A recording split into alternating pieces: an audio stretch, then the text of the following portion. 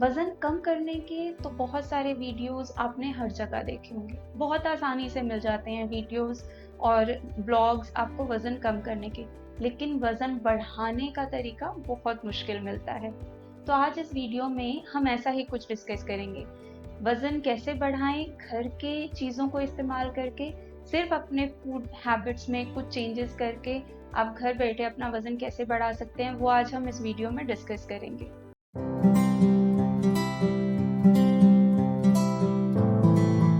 वज़न बढ़ाने की सबसे बड़ी प्रॉब्लम और मिथ क्या है? सब लोग सोचते हैं कि आपको सप्लीमेंट्स लेने पड़ेंगे, लेकिन आज हम इस वीडियो में बिना सप्लीमेंट्स के सिर्फ़ घर की चीज़ों से आपका वज़न बढ़ाने के लिए क्या-क्या चीज़ें, क्या-क्या तरीके ज़रूरी हैं, वो ट्राई करेंगे। सबसे पहले बात करते हैं कि वज़न बढ़ाने के लिए हमें क्या-क्या चीज़ चाहिए होती है। हमारी बॉडी के अंदर 3 कंपोनेंट्स होते हैं। फर्स्ट कार्बोहाइड्रेट, सेकंड होता है फैट और थर्ड होता है प्रोटीन्स। इन 3 चीज़ों की वजह से हमारा वज़न या तो बढ़ता है या तो घटता है। That completely depends on your diet कि आप कितना कैलोरीज़ खा रहे हैं। फॉर एग्ज़ाम्पल आपने एक्स अमाउंट ऑफ कैलोरीज़ लिया और आप मेहनत उस कैलोरीज से ज़्यादा कर रहे हैं, तो आपके बॉडी का जो फैट है वो ब्रेक डाउन होने लगेगा और आप पतले होते जाएंगे। और ऐसे ही इसका ऑपोजिट है कि आप कैलोरीज ज़्यादा खा रहे हैं और आप वर्कआउट कम कर रहे हैं या अपने डेली रूटीन में काम कम कर रहे हैं, तो वो कैलोरीज डिपॉजिट होने लग जाएंगी, ईदर कार्ब्स, कार्बोहाइड्रेट्स, किसी भी फॉर्म में आपकी बॉडी में। तो उससे आपका वजन धीरे धीरे बढ़ता जाएगा।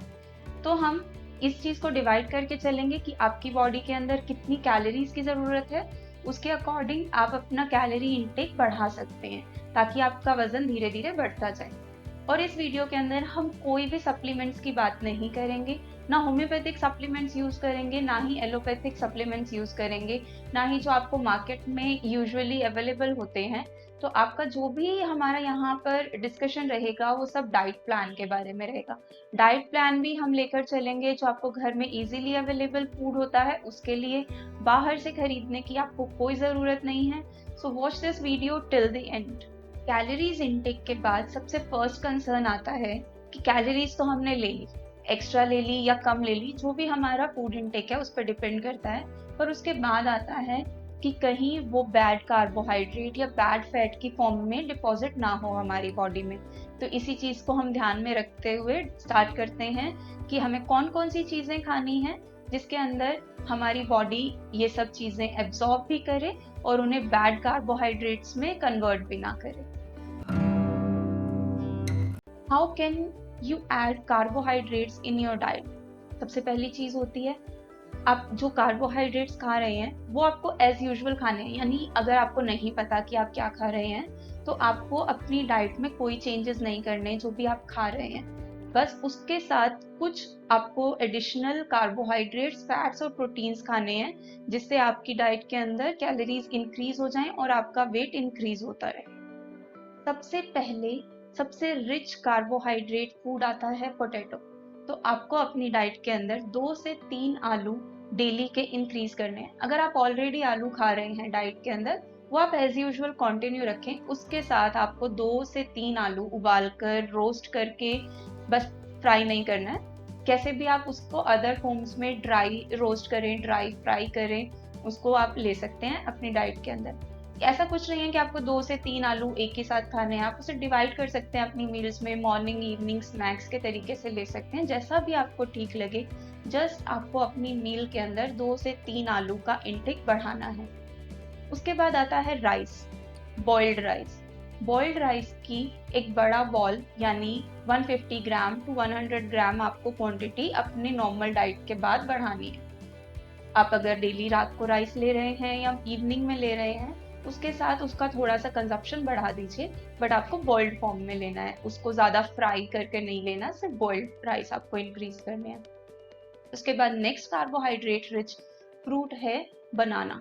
2 से 3 बनाना आपको इंक्रीज करने हैं, मीडियम साइज बनाना, बहुत छोटे नहीं लेने हैं बनाना, मीडियम साइज बनाना आपको लेने हैं अपनी डाइट के अंदर।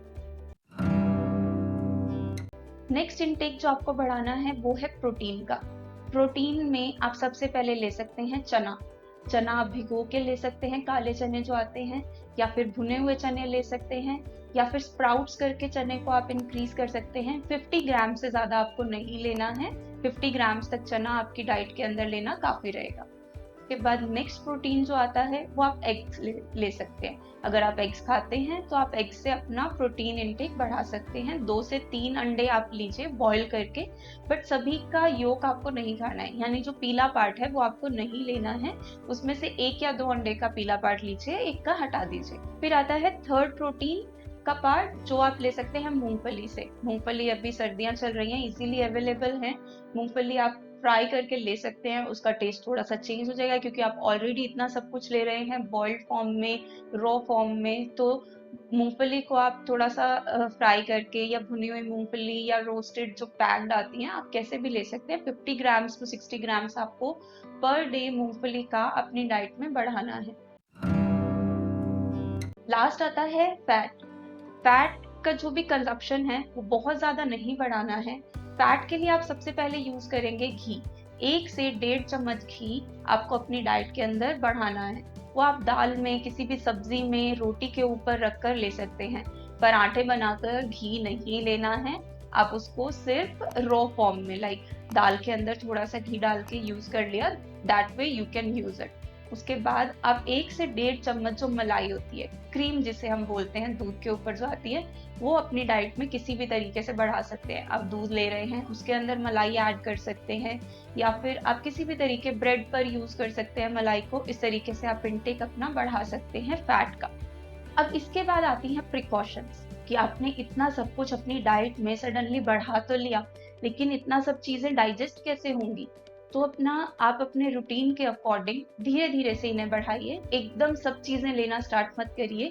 जितनी भी चीजें मैंने बताई हैं, इसे कंप्लीटली 7 डेज के अंदर अपनी डाइट में पूरा इनहेरिट कर लीजिए। एकदम ऐसा नहीं कि आपने आज ये वीडियो देखा और कल सब चीजें एक साथ लेना स्टार्ट कर दिया। धीरे धीरे करके इन्हें अपनी डाइट में बढ़ाते जाइए।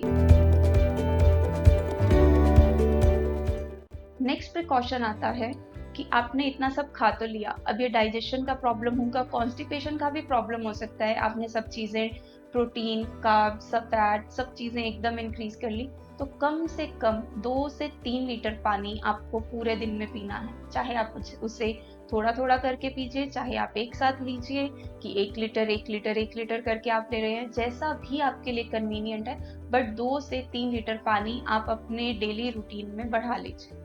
इसके साथ साथ आपको 40 टू 45 मिनट्स का एक्सरसाइज रूटीन अपने डेली रूटीन में ऐड करना है। वो कैसे? उसके अंदर आप योगा ऐड कर सकते हैं, या फिर आप चाहें तो पिलाटेस, या फिर जिम, या फिर ब्रिस्क वॉकिंग, कोई भी चीज, जो भी चीज आपके लिए कन्वीनियंट है, अपने लिए एक्सरसाइज के लिए 40 टू 45 मिनट्स प्लीज निकालिए। नींद बहुत जरूरी है। 7 to 8 आवर्स, एटलीस्ट 7 आवर्स आप जरूर सोइए, ताकि जो भी डाइजेशन है वो बहुत अच्छे से हो जाए, आपने जितना भी खाया है, और उसका एब्जॉर्प्शन भी बहुत अच्छे से हो जाए।